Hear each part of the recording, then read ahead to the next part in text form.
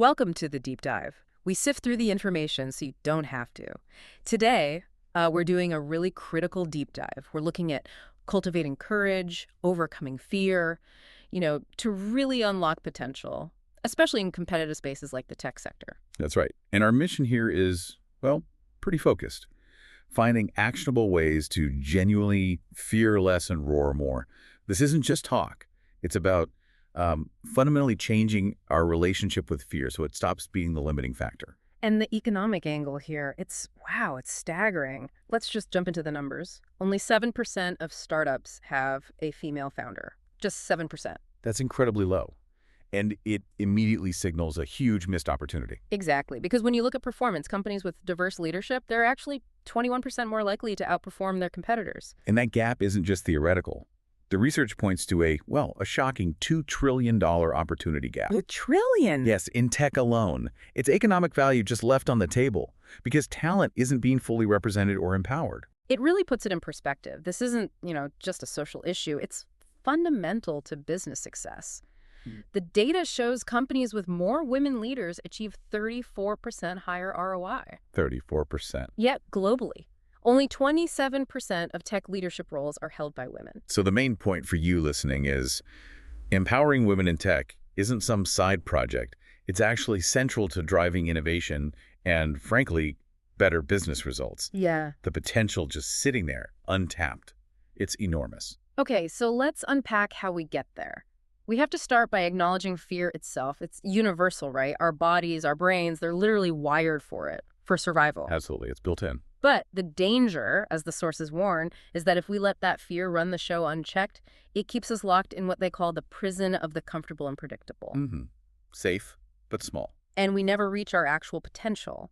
That prison, it's kind of maintained by those inner voices, isn't it? Oh, definitely. The inner monologue is the jailer. Yeah, and the material highlighted some really common ones. Just as you're thinking about a big move, they hit you with things like, you'll fail spectacularly. Or you're unworthy. You're a total imposter. You have no power here. Yeah, all designed to make you just stop, stay put. And sometimes they all pile on at once, right? It feels overwhelming, like doing nothing is the only smart move. It really can feel that way. So the big question is, how do we push past that inner noise?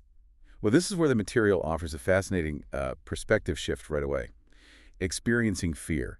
It's not actually a signal to stop. Oh. No, it's seen as a prerequisite for any real positive change or growth. You have to feel it to move forward. The core idea is transforming how we see that fear. Okay, so if fear isn't a stop sign, what is it then? The critical definition provided is this. Fear is an emotion. And emotions. Well, emotions are data, not direction. Data, not direction. Okay. You have to acknowledge the feeling, the data point. But you absolutely refuse to let that feeling dictate your path or override your intelligence. Yeah. You collect the data, you process it, and then your brain, your intellect decides the next move. I find that incredibly helpful. Data, not direction. And that flows right into reframing it, like that popular acronym FEAR. Right. False evidence appearing real. Because, let's be honest, most of the terrible things we imagine, they just don't happen, do they? Very rarely.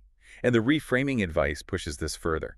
Change the mental sound associated with fear. Instead of like a police siren or an ambulance siren danger warning, think of it more like an ice cream truck siren. You hear the noise, it's loud, maybe even a little annoying, but it signals something good, something rewarding is actually on the other side. Okay, I like the concept, but let me push back slightly here. False evidence appearing real. That works great if I'm, say, afraid to make a sales call. But what about when the fear feels rational, like a high-stakes decision, a big investment, where failure has real significant consequences?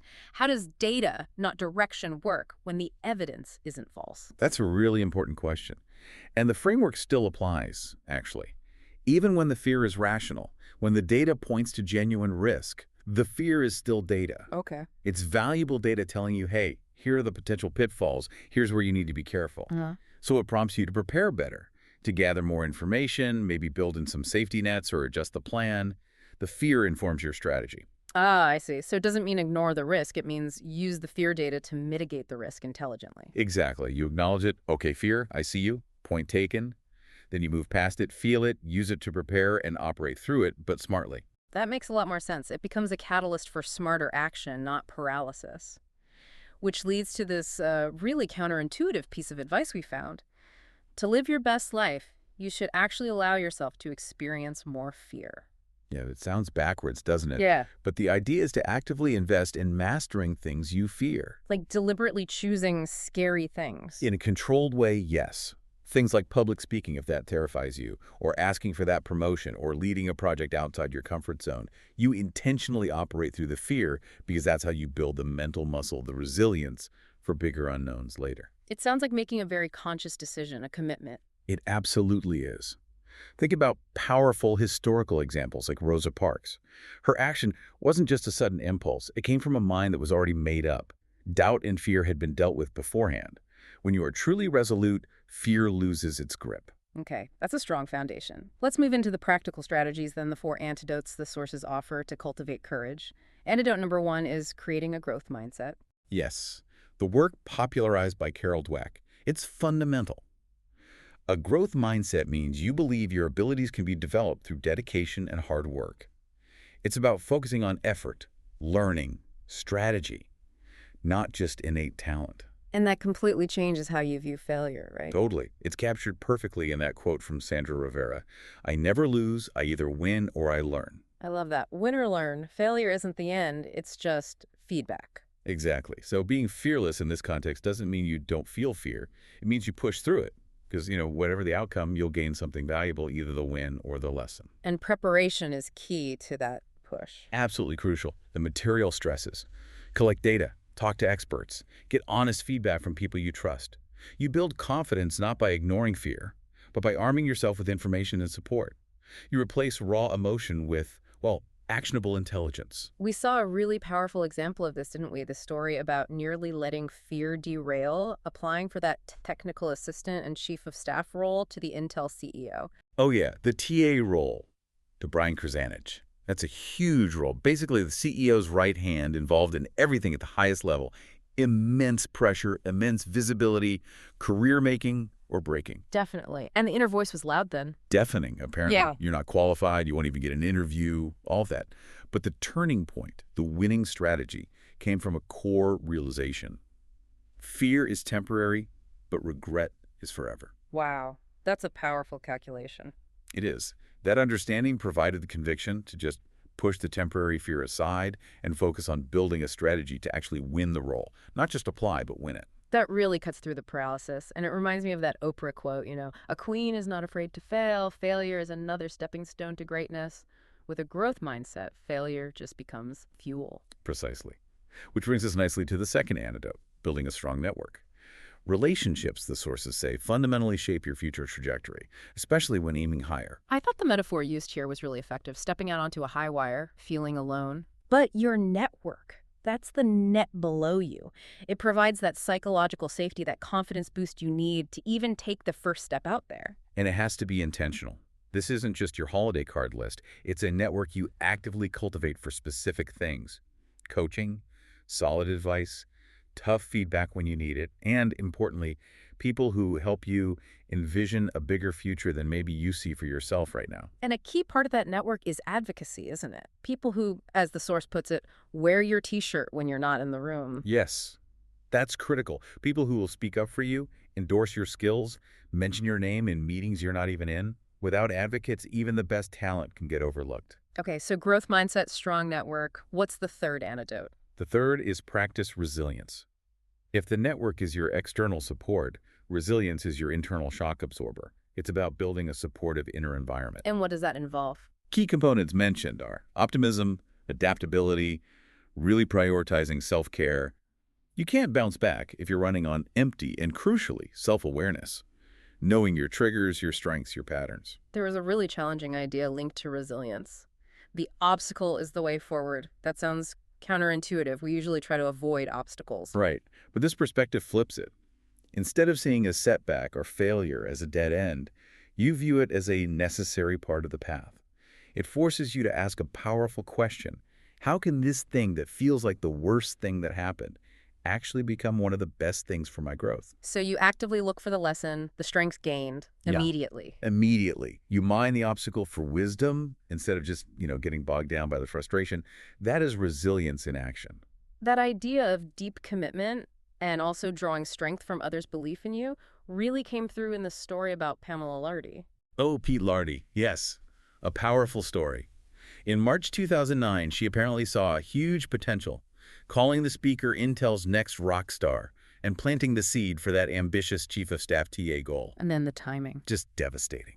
She passed away tragically the very next day, April 1st, 2009. Wow. To receive that kind of vision, that belief from someone like her and then lose her immediately, that must create an incredible sense of responsibility, legacy. Exactly. The sources suggest that honoring Pete's vision, the potential she saw, became a driving force. When you're committed to something bigger than yourself, a legacy, someone else's belief in you, it can provide this incredible anchor. It helps you push through your own fear and doubt, because it's not just about you anymore. That commitment overrides the easier, more comfortable choice. It fueled achieving that goal eventually. It seems central to it, that profound sense of purpose. Okay, which leads us to the fourth and final antidote, making bold decisions fear-proof. And the message here was pretty clear. The time for boldness is now. Yes, but fear-proofing isn't about being reckless. It's about having a methodology for bold action. The sources lay out a kind of practical roadmap, 6 steps to make bold moves feel, well, safer. Okay, let's walk through those. What's step 1? First, the foundation. Educate yourself, gather that data, know your stuff. Second, surround yourself with support. That's your network, your personal board of advisors, the t-shirt wearers we talked about. Got it. Data and support. What's third? Third, actively seek out diverse opinions. Challenge your own thinking. Don't just listen to people who agree with you. Fourth, take risks, yes, but experiment as you go. The phrase used was try, build, adjust. Try, build, adjust. I like that. It sounds iterative, less like one giant leap off a cliff. Exactly. You take a calculated step, try. See what happens, build on what works, and then tweak your approach based on feedback. Adjust. It de-risks the whole process because you're learning and course-correcting constantly. Makes the bold decision feel less final. Okay, that's 4. What are the last 2? Fifth, visualize success. See yourself winning. Prepare your mind for the positive outcome you're aiming for. And finally, sixth, the most important step perhaps, take action. Commit to the journey and actually do it. So these 4 antidotes together, the growth mindset, the strong network, resilience, and this fear-proofing method, they don't magically erase fear, do they? No, not at all. Yeah. Fear will likely still show up. But the cumulative effect is that they transform fear. It goes from being this paralyzing force to just, well, back to what we said earlier. It's data. Data that informs your preparation, strengthens your resolve, and directs your next smart step. Right. So we started this deep dive looking at that huge $2 trillion opportunity gap in tech. We moved through understanding fear not as a command, but just as information, as data. Data, not direction. And we landed on these 4 really concrete antidotes, these methods to actively cultivate courage and, take action despite the fear. Growth mindset, network, resilience, and fear-proofing. So for you listening right now, think back. What were those things you said you'd do if fear wasn't holding you back? Maybe it was quitting that job to start your own thing. Asking for that big promotion or raise. Or maybe something totally different, like, I don't know, swimming with sharks in Australia, whatever it was. The strategies we've talked about, they provide the how. The growth mindset to handle setbacks, the network for support, the resilience to keep going, the fear-proofing to take smart steps. They give you the mechanism to actually go after those things. It puts the power back in your hands. It does. And maybe a final thought to leave you with. If we accept that fear is just data, and if we adopt that win or learn growth mindset, then success, in a way, is guaranteed because you learn from every single attempt. Okay. So if learning is guaranteed, then the biggest risk you're actually taking isn't failure. The biggest risk is settling. Settling for the known, the comfortable, the path that guarantees a ceiling on your potential. Wow. That flips the idea of risk completely. So the question becomes, what is one small, maybe slightly scary thing you will intentionally invest in mastering this week as a way to honor the potential that maybe someone else, like Pete Lardy, already sees in you?